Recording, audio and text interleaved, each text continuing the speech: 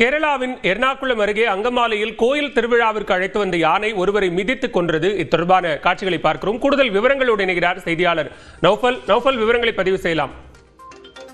கேரள மாநிலம் அங்கமாலி கிடங்கூர் ஸ்ரீ மகாவிஷ்ணு கோவில் திருவிழா நடைபெற்று வருகிறது. இந்த விழாவில் பங்கேற்பதற்காக யானையை இன்னைக்கு கொண்டு வந்திருந்தாங்க.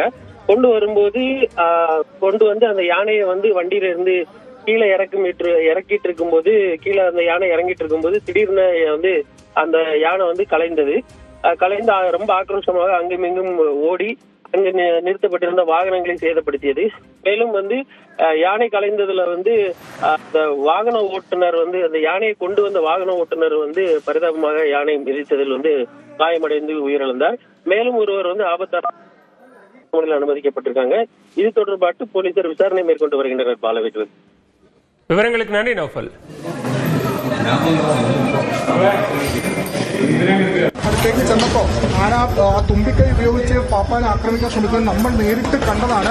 അതുകൊണ്ട് അങ്ങോട്ടേക്ക് ചെല്ലുക, ബെൽറ്റ് അടിക്കാനുള്ള ശ്രമമാണ് ഇപ്പോൾ പുറകിൽ കൂടി കാര്യം ധരിച്ചിരിക്കുക എന്ന ശ്രമമാണ് ഇപ്പോൾ നടത്തിക്കൊണ്ടിരിക്കുന്നത്. പക്ഷേ അത് എത്രത്തോളം സാധ്യമാകുമെന്ന് അറിയില്ല. കാരണം അത്രയും ദൃശ്യത്തിൽ കാണാം ആനയുടെ ഒരു വൈൽഡ് സ്വഭാവം എന്താണ് എന്നുള്ളത് നമുക്ക് ദൃശ്യത്തിൽ കാണാം. ഇത് രാവിലെ മുതൽ ആരംഭിച്ചതാണ്. തൊട്ട് സമീപത്തുള്ള വാഹനങ്ങൾ ഉണ്ടായിരുന്നതൊക്കെ ആന തകർത്തിട്ടുണ്ട്. രാവിലെ തൊഴിക്കുന്നതിന് വേണ്ടിയിട്ട് നോർമൽ തന്നെയായിരുന്നു. ഇവിടെ വലിയ തിരക്ക് ഒന്നും ഉണ്ടായിരുന്നില്ല. പക്ഷേ ജനവാസ മേഖലയാണ്. തൊട്ട് സമീപത്തൊക്കെ ആൾക്കാരുണ്ട്.